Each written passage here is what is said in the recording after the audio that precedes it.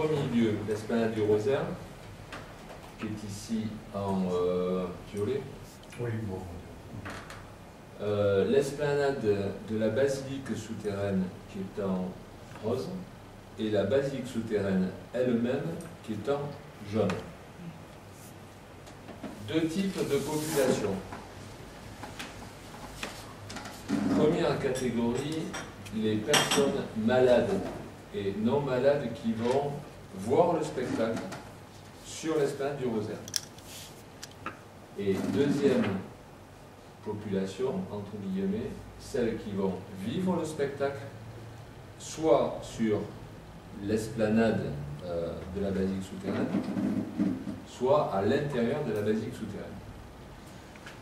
Et comme vous connaissez Lourdes mieux que moi, vous avez donc deux catégories d'entrée.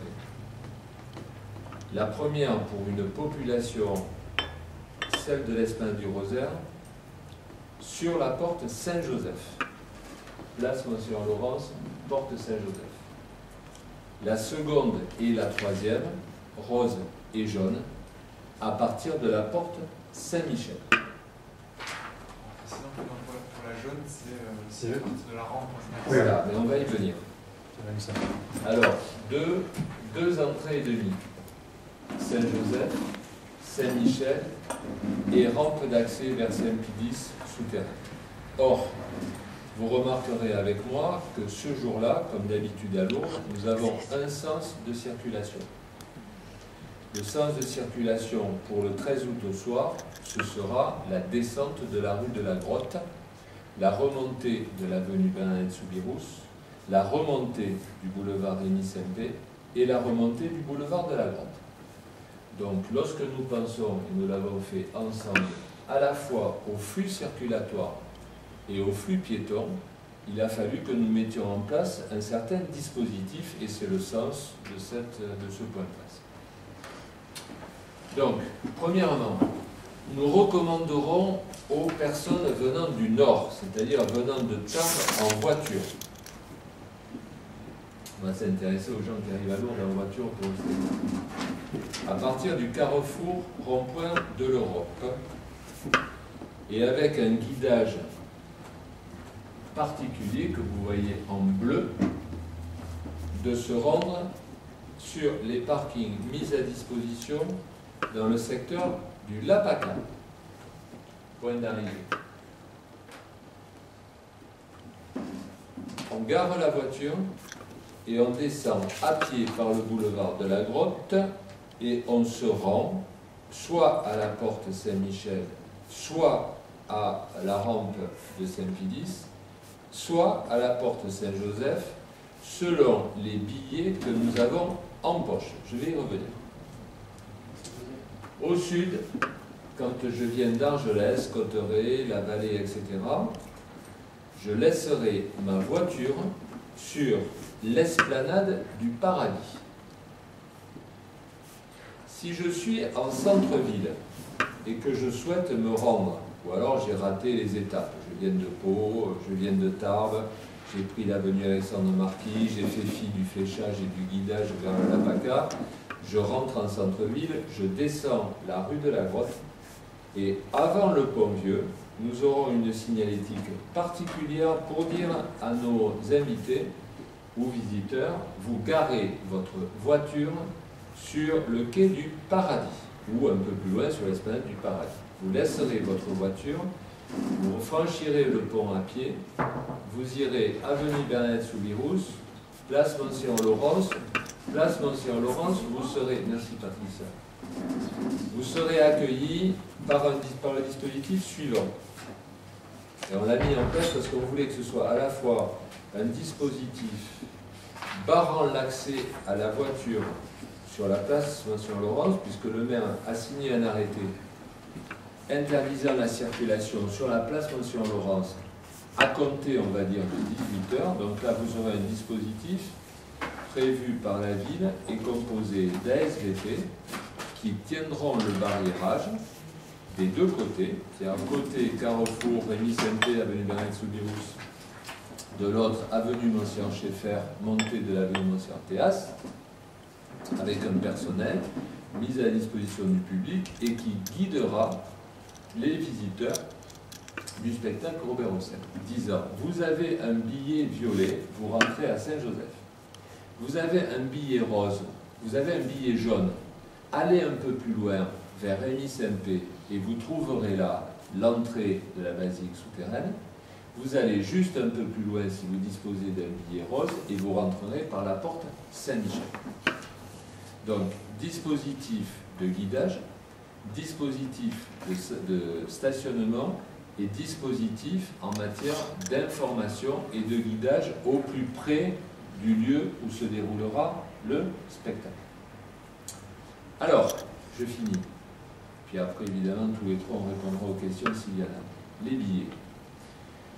Depuis plusieurs mois et ensemble, avec le sanctuaire et avec Robert Hossein et son équipe lui-même, nous avons décidé de mettre en place une billetterie. Puisque, je le rappelle, nous avons affaire à un spectacle gratuit et libre, mais composé sur 3 lieux de vie. 3 lieux de vie. Donc il ne faut pas tromper les gens. Il faut leur dire, pour certains, vous verrez le spectacle. Pour d'autres, vous vivrez le spectacle dans les 2 lieux rose et jaune que je décrivais, sous forme sur le lieu rose de grand écran géant, et sur le lieu jaune, pardon Thierry, du dispositif habituel et renforcé en matière de sonorisation simplement, c'est-à-dire à l'intérieur de Saint-Pédis. Sur le rosaire, vous serez assis, sur l'esplanade de Saint-Pédis, vous serez debout, et sur Saint-Pédis, et à Saint-Pédis, vous serez assis. Les billets ont été édités par Robert Hossein. Ils ont été mis à disposition sur 2 lieux, le sanctuaire et l'office de tourisme, ce depuis plusieurs semaines. Donc, nous le disons et nous le disons très fort, prenez les billets jusqu'à vendredi sur les 2 lieux que je viens d'évoquer, en particulier pour nous celui de l'office du tourisme. C'est important parce qu'au-delà de cette limite, nous ne distribuerons plus, en tout cas sur ces 2 lieux, de billets d'accès vers le sanctuaire. On va voir, et peut-être Thierry le dira, comment on va s'organiser pour quelques retardataires du jour même du spectacle. Voilà pour moi. J'espère avoir été... Beaucoup de choses ont été dites concernant l'organisation interne des sanctuaires. Juste revenir sur la partie jaune. Pour pas qu'il y ait de confusion, on l'a désigné par Esplanade Saint-Pédis, mais c'est bien dans la basilique Saint-Pédis, c'est-à-dire que les personnes iront dans la basilique souterraine, seront assis et le verront sur écran. Voilà. Sur la partie rose vif, comme l'a dit Monsieur le maire, là on voit le spectacle sur grand écran.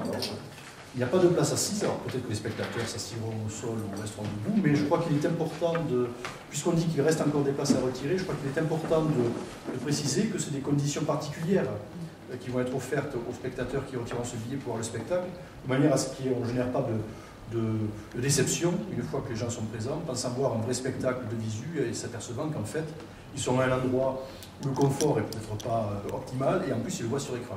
Là, c'est Woodstock. Hein. Même à Woodstock, on ne voyait pas Grateful Dead sur la scène. On était assis. On a vu Grateful Dead à 1 kilomètre. Voilà pourquoi on met les grands écrans. Voilà, donc la partie, le petit rectangle, alors, sur le schéma que vous avez, parce qu'il n'est pas à l'écran, le petit rectangle violet, ticket violet, au plus près donc, du spectacle, là où on peut le voir de visu, c'est prioritairement des pèlerins malades du National qui verront ce spectacle, puisque c'était une des volontés de Robert Hossein d'offrir ce spectacle gratuit à des pèlerins malades, et notamment dans ceux du National, qui sont en nombre à ce moment-là. Il y aura d'autres aussi, d'autres pèlerinages qui assisteront au spectacle. Il se peut qu'il reste des places libres. Donc, tout à l'heure, M. le maire a fait allusion à un point de distribution qui se situerait à proximité de la porte Saint-Michel. Donc, on le voit sur le plan les couleurs rose et jaune qui vous a été remis. Ce point de distribution se tiendra à une trentaine de mètres de l'entrée du portail de la porte Saint-Michel, de manière à éviter quand même des phénomènes de stockage, de foule, d'agrégation de files d'attente, etc., qui se confondraient avec celles qui des spectateurs qui sont déjà munis d'un billet, donc ce sera une trentaine de mètres. Et aujourd'hui, on ne peut pas garantir que ce point de distribution existera, puisqu'on fera le point sur les billets qui restent vendredi soir. Voilà. Soit il reste des billets et on met ce petit kiosque de distribution pour les personnes qui auraient entendu parler du spectacle, qui viendraient et qui souhaiteraient avoir un billet, soit on ne sera pas en mesure de le faire, faute de billets restant disponibles après vendredi soir. Voilà, que dire d'autre? Aux abords du sanctuaire et essentiellement au niveau de la porte Saint-Joseph et du boulevard Rémy Saint-Pé, on va mettre un fléchage particulier de manière à pouvoir orienter efficacement les spectateurs qui viennent voir le spectacle de Robert Hossein. On n'a pas fait preuve d'une grande créativité, on se fonde sur le code de couleur des billets. Donc il y aura un fléchage rose vif pour les personnes munies d'un billet rose vif. Ils pourront se rendre à la porte Saint-Michel en étant conduits par un fléchage spécifique. Pareil pour les billets jaunes. Bon, on espère que ça fonctionnera bien et que ces déplacements, ces flux de personnes se feront sans trop de difficultés. Mais bon, on a bon espoir que ce se passe bien, puisque sur la partie rose vif, il est prévu à peu près 15 000 personnes. Il y en a déjà plus de la moitié qui est réservée par le pèlerinage national et par des groupes de pèlerins qui ont retiré des billets. Donc c'est des personnes qui sont déjà là, qui connaissent les sanctuaires et pour lesquelles la problématique du stationnement et de la circulation automobile ne se pose pas. Donc les choses devraient bien se passer. Plus ensuite ce qui a été fait pour indiquer les lieux de stationnement. C'est un spectacle qu'on aborde de manière sereine quant à l'accueil du public qui vient voir le soir le spectacle de Robert Hossein. Le spectacle va commencer à 20h55, il dure 1h25, et à 17h30, les sanctuaires vont fermer leurs portes, c'est-à-dire qu'on interdira l'entrée dans le sanctuaire à partir de 17h30. Progressivement, on se donne entre 1h et 1h30 pour accompagner les pèlerins qui seraient présents sur les sanctuaires aux portes et les faire sortir. Ensuite, les portes rouvriront à 19h, et là, il y aura donc une entrée contrôlée, où les personnes entreront après avoir présenté et remis leur billet. Voilà un peu ce qui est prévu. Sinon, on peut dire d'autres. 17h30, les portes des sanctuaires ferment. On vide progressivement les sanctuaires. 19h, ça rouvre pour permettre l'accueil des spectateurs. C'est une chose qui est importante, c'est que l'accès à la grotte est assuré. C'est-à-dire que si un pèlerin ou un visiteur veut se rendre à la grotte, il pourra s'y rendre de manière complètement libre. Il a pour ça la porte des lacets, qui lui permettra d'accéder à la grotte, la porte de la forêt, la porte de la prairie et la porte quai Boissari, qui lui permettra donc de regagner la grotte pour pouvoir prier et faire ses dévotions. Donc l'accès à la grotte a été maintenu, et par un système de barrières et puis de surveillance aussi humaine, on évitera des passages de personnes de l'espace grotte vers...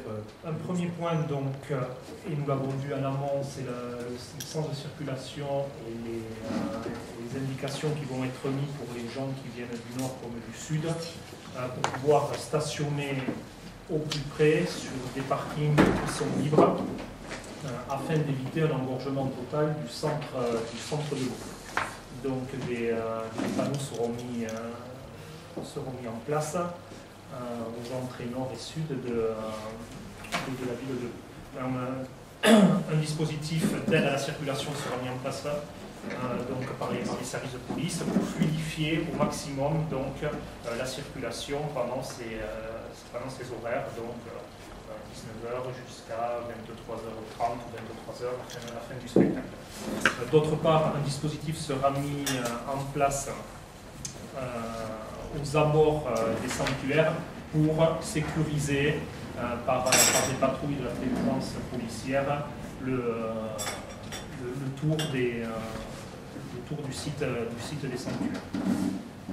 Voilà pour le dispositif qui est un dispositif, comme vous l'avez compris, de sécurisation autour des sanctuaires et de circulation pour éviter un engorgement du centre-ville.